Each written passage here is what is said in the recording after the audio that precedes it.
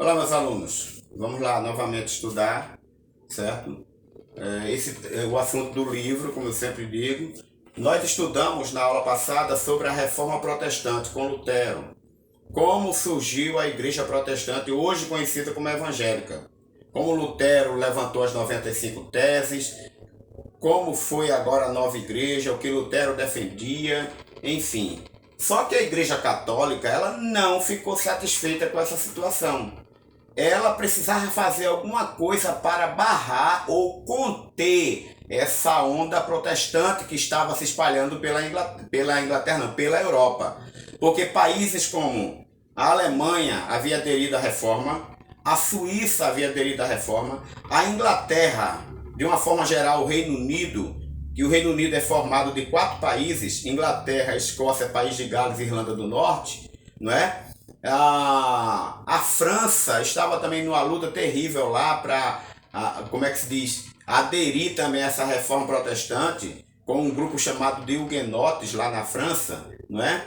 Então, a Holanda se tornou protestante também. Então, a Igreja Católica olhou assim que vão perder os países todos onde o Papa é a maior autoridade nesses países e tudo, e a Igreja é a maior autoridade nesses países. Então a Igreja Católica correu para uma espécie de um plano para frear contra a reforma. E foi exatamente a contra-reforma, ou reforma católica, certo? Assim chamada, certo?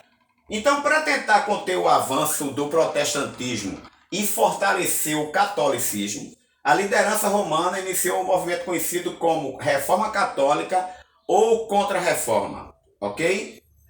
Esta reforma foi impulsionada pelos jesuítas, ou seja, nesse tempo surgiu em 1534 a Companhia de Jesus, conhecida popularmente como jesuítas.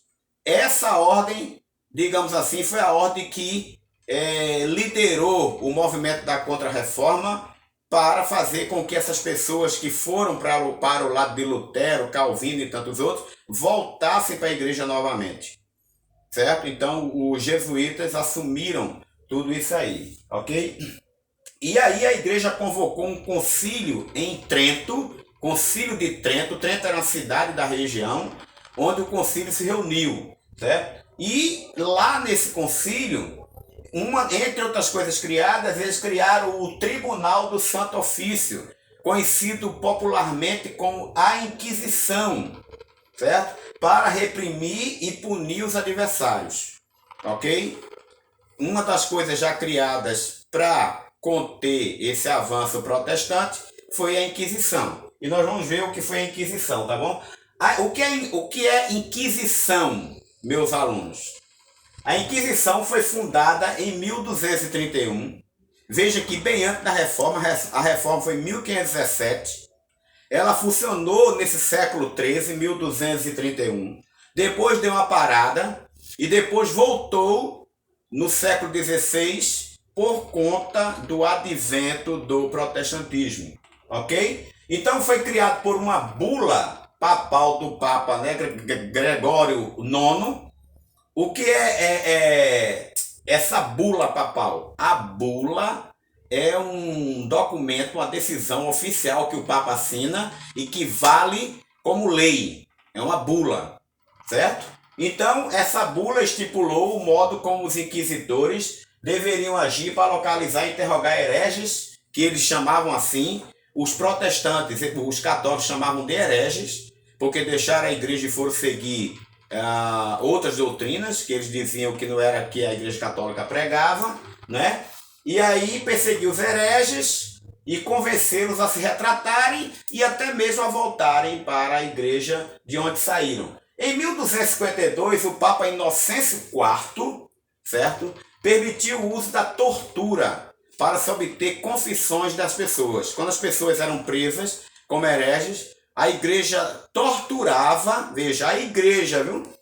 Torturava as pessoas para arrancar delas confissões, para que elas dissessem que aquilo que elas estavam seguindo era mentira e que elas estavam voltando para a igreja debaixo de tortura, né?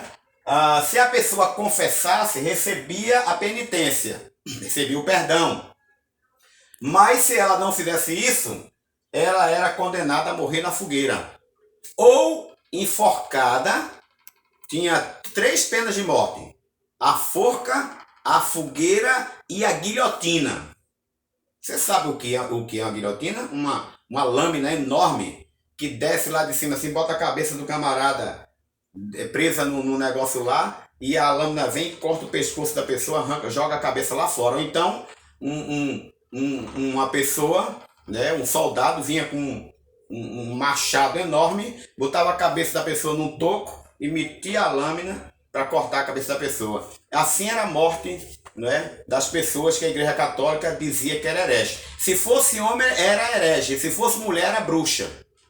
Okay? Assim é que eles julgavam. E para eles saberem que uma mulher era bruxa, bastava eles encontrarem na mulher alguma verruga ou algum sinal na pele. Então eles diziam que isso aí era sinal de bruxaria. Eu creio que é por isso que quando a gente vê nos filmes as bruxas, né? Sempre ela tem uma verruga no nariz. Não sei se você já percebeu, né? Sempre tem uma verruga no nariz. Porque a identificação de que a mulher era uma bruxa não era o que ela falava, não era tudo. Era ver um sinal no corpo. Podia ser uma verruga ou um sinal, uma mancha. Como muita gente tem sinais no corpo, era identificado como bruxaria para as mulheres e heresia para os homens. Para você ver até onde a Igreja Católica chegou com essa Inquisição, né? E as pessoas eram mortas. Aí a Ordem Jesuíta foi fundada em 1534, como eu já falei, por Inácio de Loyola. Inácio de Loyola era espanhol, era um soldado do exército espanhol, sofreu um acidente grave, quase morreu, e fez um voto a Deus de que se ficasse vivo, ele iria fazer votos de seguir como padre e tal, como missionário da igreja, e escapou da morte e convocou alguns amigos e começou a Companhia de Jesus em 1534, e essa companhia se tornou a maior ordem da Igreja Católica até hoje, passando dos franciscanos e dominicanos, que eram 2 ordens que já existiam antes dos jesuítas. E era uma ordem que tinha uma disciplina muito grande. Eles foram conhecidos como soldados de Cristo, né? Os jesuítas dedicaram-se a divulgar catolicismo na Europa, evangelizar na Ásia, África, América, chegaram longe os jesuítas. Além disso, eles atuaram muito forte na educação, ok? Criando colégios, aquele chamado famoso colégio de padre, antigamente se dizia assim, foram colégios fundados por jesuítas. Aqui em João Pessoa tem muitos colégios até hoje fundados por jesuítas funcionando na capital da Paraíba, não é? Então eles fizeram todo esse trabalho e foram importantíssimos, né? Aqui nós temos uma figura, não sei se está nítido para você enxergar, porque está desfocada um pouco, mas você vê de preto aqui os padres jesuítas, não é?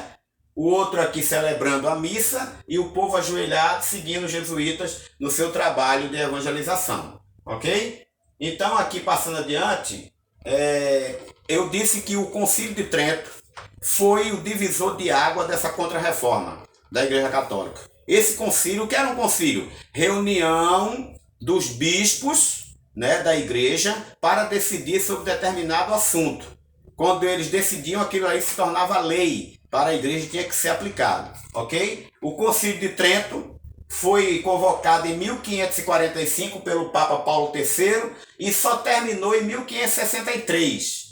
Ou seja, foram cerca de 18 anos de concílio e 3 ou 4 papas passaram por esse período. O concílio teve todo esse tempo porque algumas dificuldades, houve guerras nesse tempo, pandemias como, por exemplo, a peste bubônica, que passou muitos anos indo e voltando, e essas coisas todas fez com que o concílio parasse, depois recomeçasse, e aí ficou 18 anos em vigor. Então esse concílio decidiu o que, entre outras coisas? Primeiro, rejeitou a doutrina da justificação pela fé de Lutero, porque a Igreja Católica pregava que a justificação era por obras, né? Você ser bonzinho, você vai para o céu. Lutero disse que é pela fé, então eles rejeitaram. Também a questão da predestinação de Calvino, que foi outro líder francês da Reforma. Calvino dizia que o homem nasce predestinado à salvação, não é? E basta ele descobrir que é salvo realmente e pronto. Então, a questão desses 2 personagens, o Concílio de Trento foi logo em cima e barrou as suas doutrinas. E também considerou umas outras coisas mais. Por exemplo, que a venda de indulgência era crime. Isso aí foi bom, né? Porque antes a igreja arrecadava dinheiro dizendo que os fiéis estavam sendo perdoados mediante pagamento, né? Reafirmou o poder do Papa, continuou dizendo que o Papa é o soberano na terra, conservou os 7 sacramentos. Lutero dizia que só existia 2, o batismo e a ceia, Calvino também, mas a igreja disse que os 7 sacramentos continuam, certo? O culto à Virgem Maria e aos santos continuou firme, a igreja não abriu mão, propôs a criação de seminários para formar novos líderes, novos padres, novos sacerdotes, criou o índex. O que era o índex? Era um documento que proibia a leitura dos fiéis católicos de livros de Lutero, de Calvino, de Erasmo de Roterdã, outros líderes protestantes. A igreja proibiu, certo? Era chamado índex, tá? Proibiu. Então quem fosse pego lendo esses livros sofria uma punição séria. E o índex deu ordem para que esses livros fossem queimados em praça pública. Livros de Lutero, de Calvino, de Zwinglio, de Erasmo de Roterdã, de John Knox e tantos outros líderes protestantes, a igreja proibiu e esses livros eram queimados em praça pública, né? E aqui tem uma imagem que eu coloquei,